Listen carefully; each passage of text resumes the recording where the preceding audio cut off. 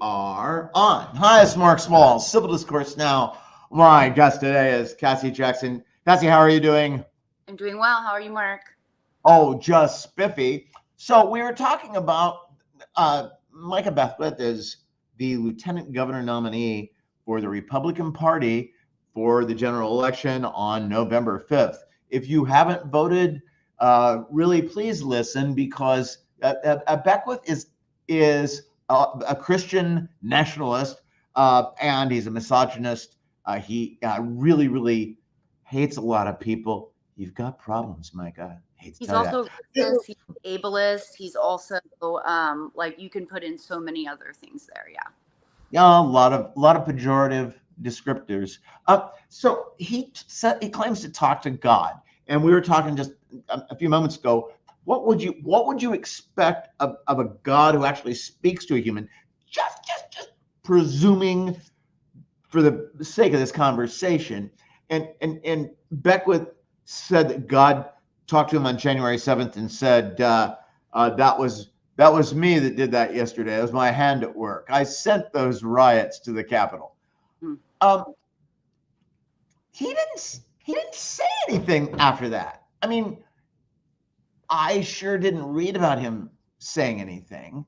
And there were a lot of people were critical of the people who were mobbing at the Capitol building on January 6th, and maybe he was just laying low. But at some point,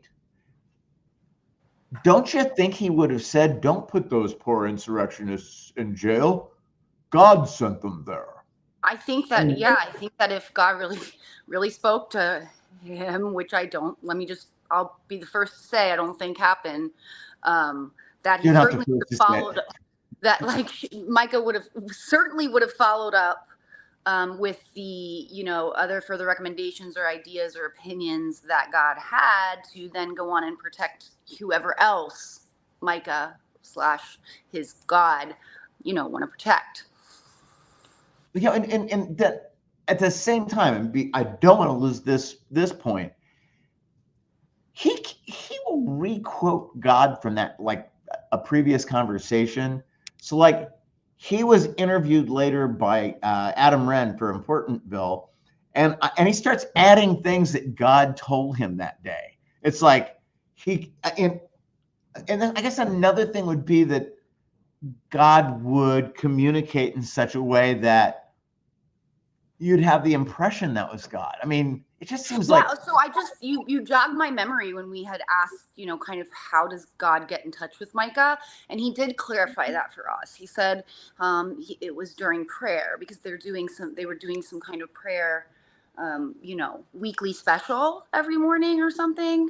And so it was like a really hot day for God, I guess. And so it came to him in prayer. Now, really quickly, I'm a mental health provider. There are auditory and visual hallucinations that can happen to people with mental illness. So again, I'll just be clear here that I don't think that's what Mr. Beckwith was suffering from, although I do believe he has other issues. Okay, well, and so when he quotes God as saying these things, there's another aspect, and that would be that he would be consistent. I know that Beckwith said January 7th, that's what God told him.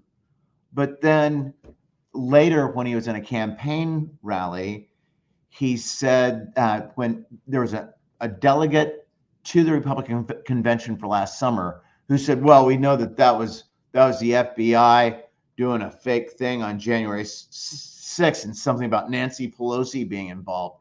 And Beckwith goes, yeah. I mean, that's blasphemy then, isn't it? Because if he throws stuff in there when he feels like it will be applicable, which, I mean, that's literally, I think, the definition. I mean, he's also, in my opinion, trying to act like he is higher than other people here on earth, if you will. Some of his congregants call him the anointed one, and I wonder who came up with that. Oh, I'm sure he didn't suggest it himself. Oh, right. That would be too cheesy. Well, right. I guess the other thing is that, and this is, and we're almost at the end of this segment. I guess moving ahead, I'd want to know if he has a list of all the conversations he's had with God. I mean, why doesn't he record them? Huh? Why doesn't he record them like as they're happening?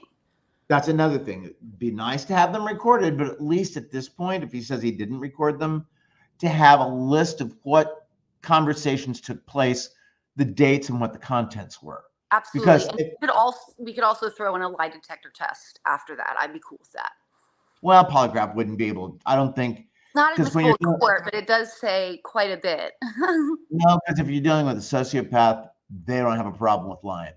That's the end of this segment of Discourse Now. I'm Mark Thal, Cassie Jackson, my guest. Peace, freedom, happiness, and nanu. May the force be with you always. And that's it. Hold on.